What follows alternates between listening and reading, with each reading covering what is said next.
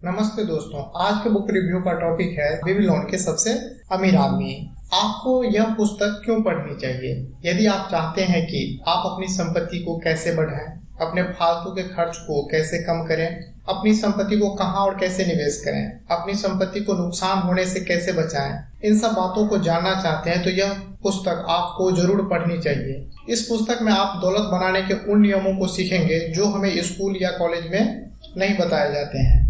यदि आप भी अमीर बनने और खुशहाल जीवन जीने के सपने देख रहे हैं तो यह पुस्तक आपके लिए काफी हेल्पफुल साबित हो सकती है।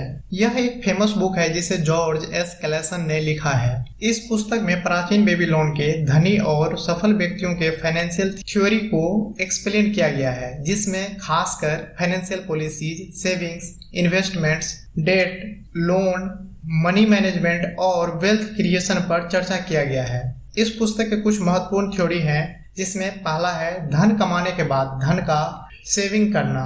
लेखक बताते हैं कि अपने कमाई का 10% बचाकर अपनी संपत्ति को बढ़ाने में निवेश करना चाहिए। कमाने के कई सोर्सेज हो सकते हैं, जैसे फ्रीलांसिंग। यदि आपके पास किसी भी सेक्टर में जैसे content writing, graphics designing, web development, digital marketing इत्यादि में एक अच्छी पकड़ है तो आप फ्रीलांसिंग करके अर्न कर सकते हैं। सेकेंड है ऑनलाइन ब्लॉगिंग। यदि आप लिखने में बेहतर हैं और यह आपका शौक है तो ब्लॉगिंग के माध्यम से अर्निंग किया जा सकता है। यूट्यूब, यदि आप वीडियो बनाने में माहिर हैं और आपके पास किसी सब्जेक्ट का बेहतर नॉलेज है तो यहाँ से भी अर्न किया जा सकता है। फोर्थ है डिजिटल मार्केटिंग। यदि आपके पास सेल्स और मार्केटिंग का ज्ञान है तो डिजिटल मार्केटिंग एक अच्छा ऑप्शन है। Fifth affiliate marketing. जब आप किसी प्रोडक्ट का ऐड करते हैं और उसे बाय करने के लिए लिंक शेयर करते हैं तो जो भी व्यक्ति उस लिंक के द्वारा कुछ खरीदता है तो आपको वहां से कुछ % कमीशन मिलता है। इसके अलावा आप अपने पर्सनल इंटरेस्ट, एबिलिटी और रिसोर्सेज के अनुसार बिजनेस और इन्वेस्टमेंट में अपॉर्चुनिटी खोज सकते हैं। अर्निंग में सक्सेस के लिए निरंतर मेहनत, समय और समर्पण की आवश्यकता होती है। इस पुस्तक में जो अगला टॉपिक पे चर्चा किया गया है वह है उचित निवेश, अर्थात इन्वेस्टमेंट के बारे में एक्सप्लेन किया गया है।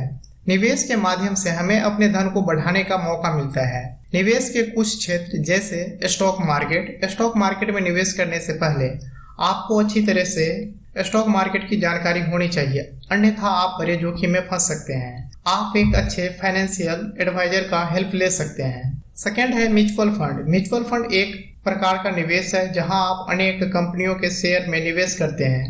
म्यूचुअल फंड एक बेहतरीन विकल्प हो सकता है क्योंकि इसे फाइनेंशियल एक्सपर्ट के द्वारा मैनेज किया जाता है। थर्ड है फिक्स्ड डिपॉजिट। यदि आप कम रिस्क परंतु रेगुलर इनकम चाहते हैं तो एफडी बेहतरीन विकल्प हो सकता है, जिसमें आप एक निश्चित समय के लिए अपने फंड को जमा करते हैं और बदले में इंटरेस्ट प्राप्त करते हैं। फोर्थ है गोल्ड और सिल्वर। इसे ट्रेडिशनल इन्वेस्टमेंट माना जाता है जहां आपकी संपत्ति सुरक्षित रहता है। इस पुस्तक के तीसरा जो मुख्य बिंदु है वह है कर्ज से बचना।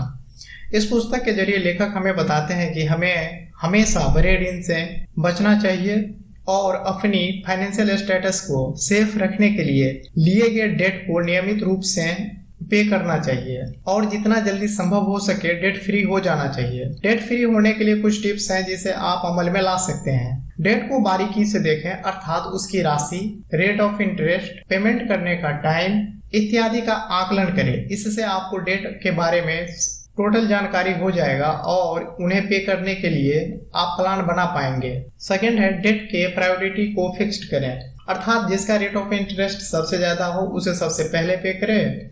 थर्ड है फाइनेंशियल बजट तैयार करें। अपने इनकम और एक्सपेंसेस को ऑब्जर्व करें और एक्सपेंसेस पे कंट्रोल रखें, जिससे आपका सेविंग्स में इंक्रीजमेंट होगा। फोर्थ है एक्स्ट्रा इनकम का उपयोग करें। यदि संभव हो तो एक्स्ट्रा इनकम का उपयोग करें और डेट से फ्री हो जाएं। फिफ्थ है फाइनेंशियल एडवाइजर से मिले।